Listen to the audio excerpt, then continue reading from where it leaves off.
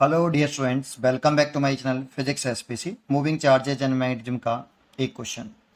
N electron in hydrogen atom revolve around its nucleus with speed 6.76 10 power 6 metre per second in orbit of radius 0.52 angstrom. The magnetic field produced at the nucleus of the hydrogen atom is.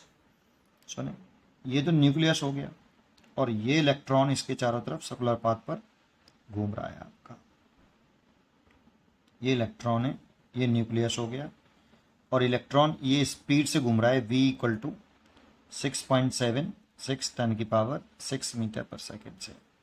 Radius इसकी जो है r लिख लेते हैं और r दे रखा है हमें 0.52 एंगस्ट्रॉम से मीटर में चेंज कर लें माइनस के 10 मीटर। ठीक है, अब जानते हैं कि जब कोई चार्ज पार्टिकल सर्कुलर पाथ पर रोल करता है तो एक करंट कैरिंग लूप की तरह से बिहेव करता है। करंट इलेक्ट्रॉन की फ्लो होने के अपोजिट डायरेक्शन में फ्लो करेगी ऐसे। तो एक मान लेते हैं कि एक करंट कैरिंग लूप बन गया और उसका जो इफेक्टिव करंट है वो हमें निकालना है। ये इलेक्ट्रॉन घूम रहा था, ये इफेक्ट करंट कैरिंग लूप बन गया आई, इसकी रेडियस आर है। तो करंट कैरिंग लूप की तरह से कर रहा, तो करंट की वैल्यू कितनी हुई? Effective current, charge upon time, flowing charge upon time. तो एक कंप्लीट रिवोल्यूशन करने में जो समय लगता है उसे कैपिटल टी टाइम पर लिखा है। ठीक है, आयरा क्यू अपॉन टी। और टी की वैल्यू निकालनी है तो स्पीड इज इक्वल टू होता है distance over time period. Speed is equal to distance upon time. तो कैपिटल टी एक कंप्लीट रिवोल्यूशन करने में लगा समय है, टाइम पीरियड बोलते हैं इसको। तो एक कंप्लीट रिवोल्यूशन करने में कितनी पार्टिकल डिस्टेंस कवर करेगा? तो सरकमफ्रेंस के बराबर करेगा। यहाँ से टी निकालें तो लिख सकते हैं 2πr अपॉन वी।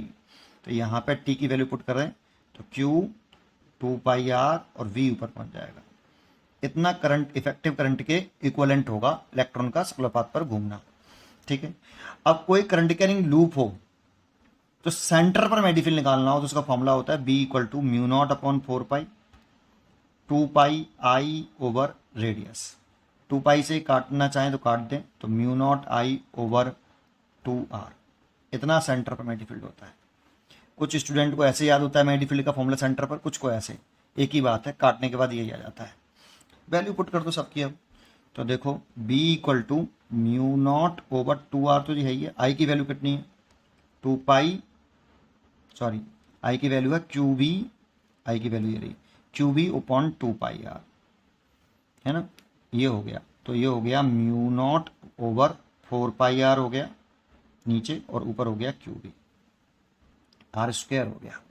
ठीक है, ये हो गया। देखो 2 और 2π 4π हो गया और r स्क्वायर हो गया। वैल्यू पुट कर दो। इसकी वैल्यू बताओ 10 की पावर माइनस के 7। क्यू की वैल्यू इलेक्ट्रॉन है तो इलेक्ट्रॉन पर कितना चार्ज होता है वो पुट कर लेते हैं 1.6 10 की पावर माइनस के 19 कूलम।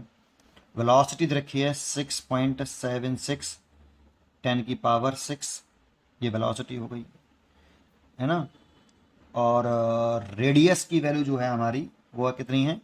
r 0.52 है तो उसे 2 बार लिख लें 0.52 स्क्वायर है ना, और 10 की पावर माइनस के 20 कर लें। अब देखो इस पॉइंट को उठाएंगे तो 100 हो गया। ठीक है, इस पॉइंट को उठाएंगे तो एक जीरो और आ जाएगा।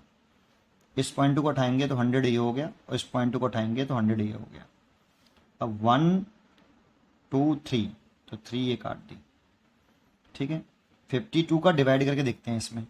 52 का 6 7 6 में डिवाइड करते हैं तो ये 152 हो गए। 7 में से 2 गए तो 5 और ये 1, फिर 6 उतार लिया।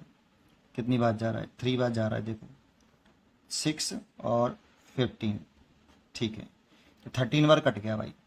तो सही, अच्छा लगा, फटाफट कट गया। तो 52 से ये 13 कट गया और 13 से तो 52 4 बार कट जाएगा और 4 से ये कट जाएगा 4 बार। तो मैग्नीट्यूड में तो ये 4 आ गया वैल्यू यहाँ पे। पावर देख लेते हैं। 10 की पावर माइनस के 7 ये है और 10 की पावर माइनस के 19 ये है। और देखो एक 10 यहाँ पे बचा है और 10 पावर 6 तो प्लस के 7 ये है, ये प्लस का 7 हो गया और ये ऊपर गया तो प्लस का 20 ये है। इससे तो ये कट गया तो ये 40 हो गया भाई। प्लस के 20 माइनस के 19 तो 10 बचा, तो 10 की पावर 10 मतलब 40 टेस्ला। इतना आंसर आ रहा है तो यहाँ पे 40 लिख दो बेटा, ये 40 टेस्ला। उम्मीद करता हूँ कि आपको ये जरूर समझ में आया होगा। पढ़ते रहिए और खुश रहिए।